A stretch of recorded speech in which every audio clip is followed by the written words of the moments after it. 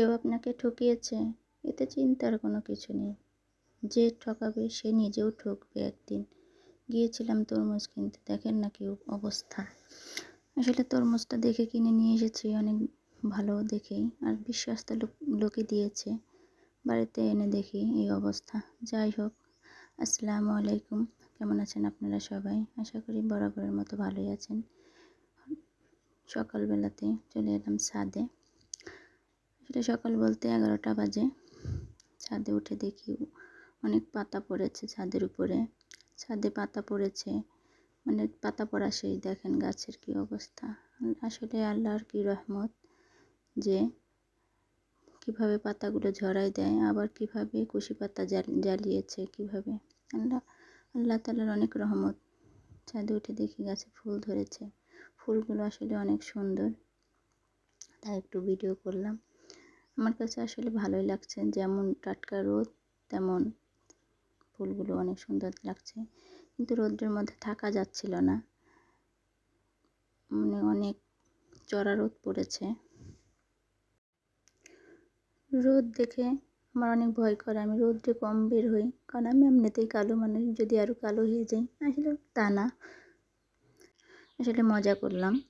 আসলে রোদে গেলে আমার অনেক মাথা ব্যথা হয়, মাইগ্রেনের সমস্যা আছে, তো রোদ মানে মোটেই সহ্য করতে পারি না। যাই হোক, ছাদ থেকে নেমে এলাম। নেমে এসে ডাউল এনেছিল, আপনার ভাইয়া এনে দিয়ে গিয়েছিল ডাউল, কয়েক পদের ডাউল এনে দিয়ে গিয়েছিল। সেগুলো আর কি বাছা শেষের দিকে হঠাৎ মনে পড়লো যে আমি তো একটু ভিডিও করতে পারি, এগুলো নিয়ে ভিডিও করলেও তো আপনাদের সাথে শেয়ার করতে পারি, তাই ভিডিও করলাম। আর আমার ভিডিওগুলো যাদের ভালো লাগে প্লিজ আমাকে একটা সাবস্ক্রাইব করে দেবেন, লাইক কমেন্ট শেয়ার করে দেবেন। আপনাদের সুন্দর সুন্দর কমেন্ট করেন আপনারা, এগুলো দেখে আসলে আমার অনেক ভালো লাগে। আমার ভিডিও নাকি অনেক সুন্দর, আসলে আমি সেভাবে গুছিয়ে কথা বলতে পারি না। আপনারা যে আমার কমেন্টে অনেক সুন্দর সুন্দর রিপ্লাই দেন, সেটা দেখে আমার এত বেশি ভালো লাগে।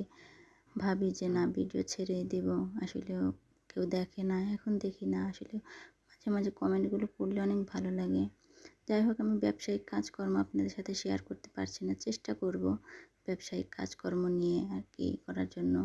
যাই হোক, এটা বিকেলে ইফতার বানাচ্ছিলাম, তাই একটু শেয়ার করলাম। আজকে বেশি ইফতার বানাইনি, বড়া ভেজেছিলাম, এই সাধারণ কিছু। আসলে আমরা মধ্যবিত্ত লোক মানুষ, তাই আমাদের ইফতারগুলো সেইভাবে হয় না। আর আমার বাড়িতেও লোক নেই, আমি একা। আপনার ভাইয়া যেহেতু ঢাকাতে থাকে, তাই